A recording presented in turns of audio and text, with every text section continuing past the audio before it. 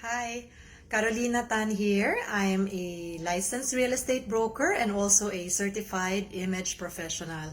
So image consulting and selling properties are actually two of my best loves when it comes to work.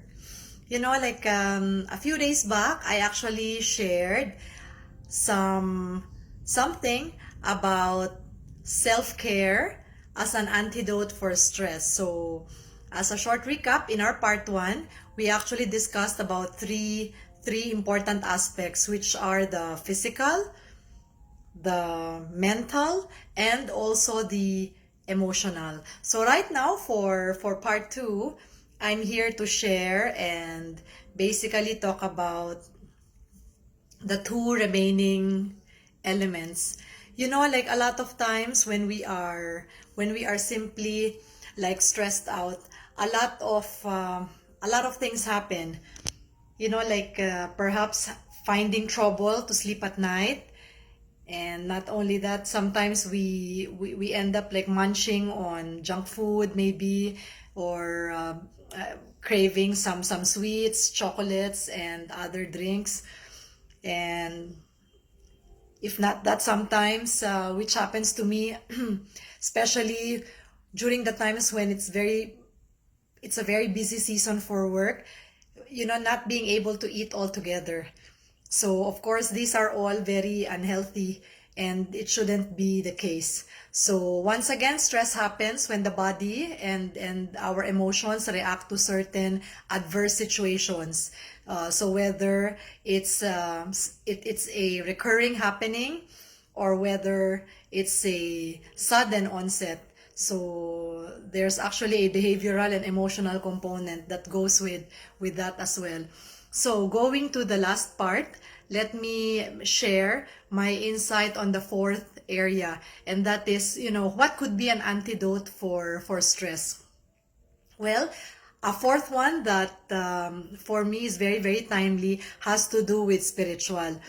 Of course, when I say spiritual, don't get me wrong, it's not, basically all about reading the Bible and gulping on all the resource books that we can to actually soothe the soul. It's more than that, because on the spiritual side, to actually have an antidote for stress, it helps to really, really talk to the source himself.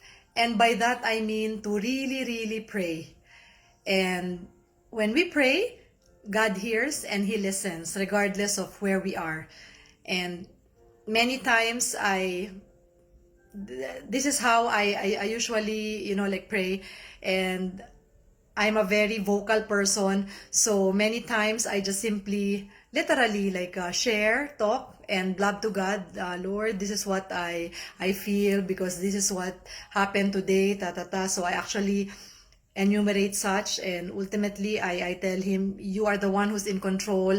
Ultimately, you know what's best. So definitely you would know how to best handle the situation as you see fit. So I just lift up to you everything, Lord. May your name be glorified. And a lot of times, I'm actually reminded of the word push. Push. And push is not literally the pushing on a literal sense, but rather praying. Praying until something happens. So that's our acronym for push, as borrowed from one of our pastors at church, and also some of our friends who've also used the same acronym. Again, usually I start my day listening, apart from reading, listening to the online Devo from ourdailybread.org. So every day I receive something from my email for the day's Devo, and I find it very, very soothing to the soul because number one, it's very relevant. And apart from being relevant, I find it very, very timely. And of course, it ends with a prayer. And not to mention the one in the audio actually has a very soothing tone of voice, so which is very calming to the senses. And to add to that, there's also a portion on top that actually itemizes the day's reading, both from the Old and the New Testament. So if you, like me, who actually makes it a goal to finish the Bible in 1 year from Genesis to Revelation, this is something that you may want to consider, because when I actually discovered, oh, after all, there's actually an audio portion of the Bible, and it's very easy. Instead of reading it only through your eyes, the moment you listen to it, it's as if it comes alive. And usually the tone that I choose is the NIV dramatized version. So it's like you hear the sounds, you hear the voices, and it's as if somebody is really like telling you a live story. So that makes it very, very much interesting, instead of me just reading it and looking at the words. So for me, that actually really helps.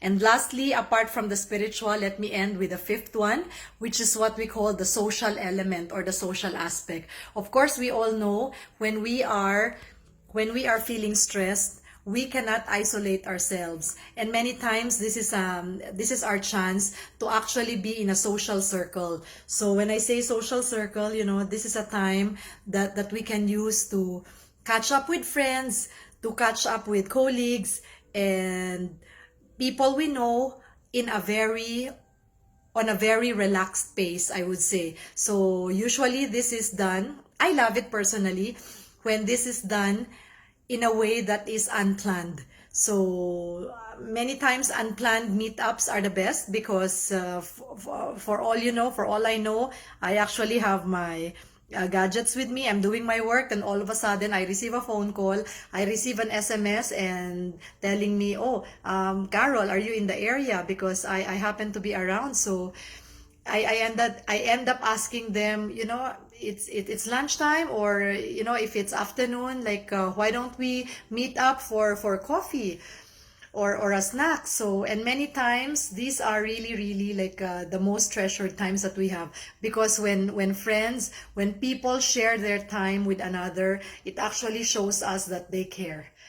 So once again, like the social aspect is very important, because the more we actually enlarge our circle of friends, the better it is, because in the process, we are able to sharpen one another. We can be the sounding board, the listening ear for the person. And not only that, if we truly care, we are most likely to give sound advice.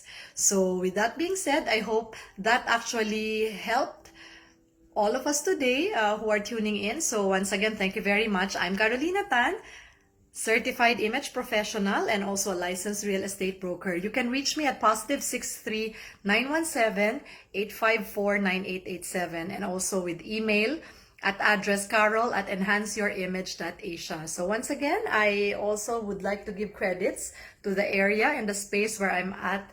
I'm actually comfortably seated in the living area of our one-bedroom Park McKinley Hill unit. Thank you. Bye.